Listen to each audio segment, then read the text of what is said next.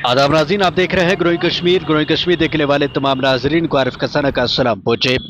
नाज़रीन, ये तस्वीरें जिला गांधरबल के कंगन इलाके की हैं, जहां पर आज एक मरतबा फिर से नाले सिंध में गैर कानूनी तौर पर ब्लीच पाउडर का इस्तेमाल करके एक बड़ी तादाद में मछलियों को कत्लेआम किया गया है।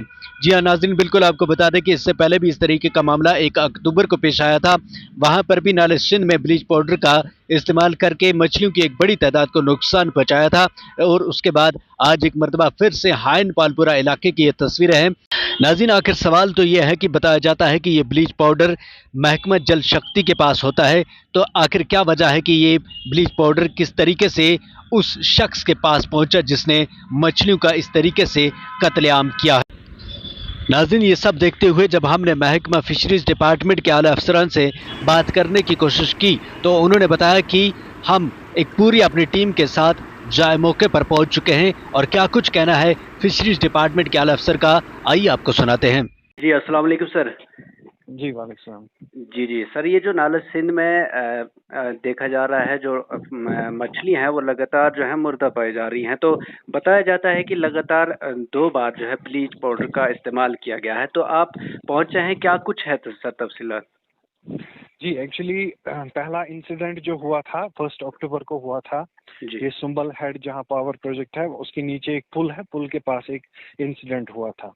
उसके बाद जैसे हमें रिपोर्ट्स मिली तो फील्ड स्टाफ एक्टिवेट हो गया और मैं पर्सनली भी विजिट करने गया था। तो हमने पाया बहुत नुकसान हुआ था उस दिन। तो हमने सस्पिशियस बेसिस पे 2 लोगों को पकड़ा। पुलिस जो पुलिस स्टेशन गुंड है उसमें हमने कंप्लेंट फाइल की और 2 लोगों को सस्पिशियस बेसिस पे हमने पकड़ के 20,000 रुपये जुर्माना हासिल किया।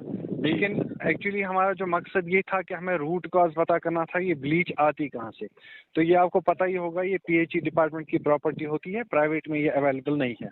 जी तो आज सुबह हमें और पता चला कि यहाँ पर हायन के नज़दीक ब्लीच हुई है। हम सुबह से लगे हुए हैं और फाइनली हमने एक ब्रेकआउट ये किया है। हमें एक बैग मिला है जिसके ऊपर बाकायदा बैच नंबर है लिखा हुआ है और ये 2023 का है डिस्पैच। इसका मतलब ये पर्टिकुलर किसी स्टोर से निकाला गया है। हमने पीएचई गांधरबल से, उनसे एग्जन पीएचई से बात की है, तो उन्होंने कंप्लीटली डिनाई किया है कि जो भी सप्लाईज गांधरबल में आती हैं वो ये बैग नहीं है, ये कंपनी हमारे गांधरबल में ये नहीं आती। इसका मतलब ये है कि या तो कोई और डिपार्टमेंट विदाउट पीएचई ये यूज कर रहा है, या ये एडजॉइनिंग जो डिस्ट्रिक्ट्स हैं जैसे श्रीनगर हो गया या बांडीपुरा हो गया, वहां से ये ब्लीच पाउडर लाया गया है।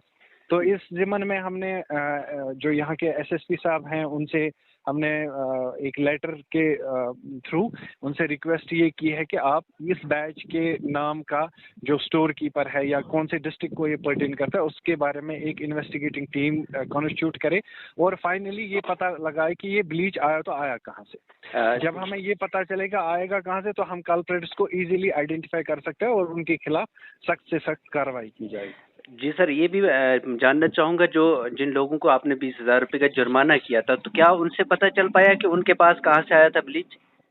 जी नहीं, एक्चुअली वो मैंने आपको पहले ही अर्ज की कि वो हमने पावर प्रोजेक्ट के कुछ लोग थे, उनको हमने जो है शक की बुनियाद पे घेराव किया और शक की बुनियाद पे उनको हमने समन किया है और अल्टीमेटली उनसे पैसे लिए, क्योंकि उनका कुछ हमें लगा थोड़ा बहुत, लेकिन वो डायरेक्टली इन्वॉल्व नहीं थे। उनने कुछ मछलियाँ वगैरह पकड़ी थी। तो अभी हमें ये पता करना पड़ेगा कि जो जिस स्टोर कीपर के अंडर ये बैग था, उसने कैसे किसी को बेचा और वो जो लोग थे वो उनके कांटेक्ट में होंगे ऑब्वियसली।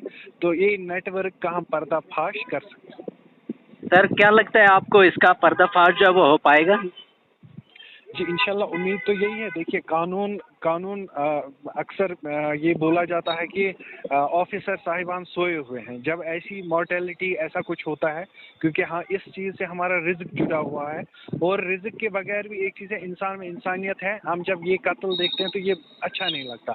एक छोटी चोरी जो है वो निभ भी जाती है और उसमें हम जुर्माना करके छोड़ भी देते हैं, लेकिन ये वाला जो ये कत्ल आम है और इसमें ये जो ये ब्लीचिंग पाउडर डाल रहा है उसको ये भी नहीं पता कि ये पानी कुछ मीलों के बाद लोग भी पीने वाले हैं, इससे इंसानी जान को भी खतरा है। तो ये तो एक बहुत बड़ा कदम ये बंदे ने लिया है, जो भी शर पसंद अनासर। मैं सिर्फ यही उम्मीद करूंगा कि जितने भी हमारे माहिरीन हैं और जितने भी हमारे ओहदेदार हैं वो इस बारे में एक स्टर्न एक्शन लें, क्योंकि मैंडेट तो पुलिस डिपार्टमेंट का है, तो वो इस बारे में स्टर्न एक्शन लें और दूसरों के लिए जो शर पसंद अनासर है उनके लिए ये एक बहुत अच्छी एग्जाम्पल बने, ताकि वो आइंदा ऐसी गलती ना करें।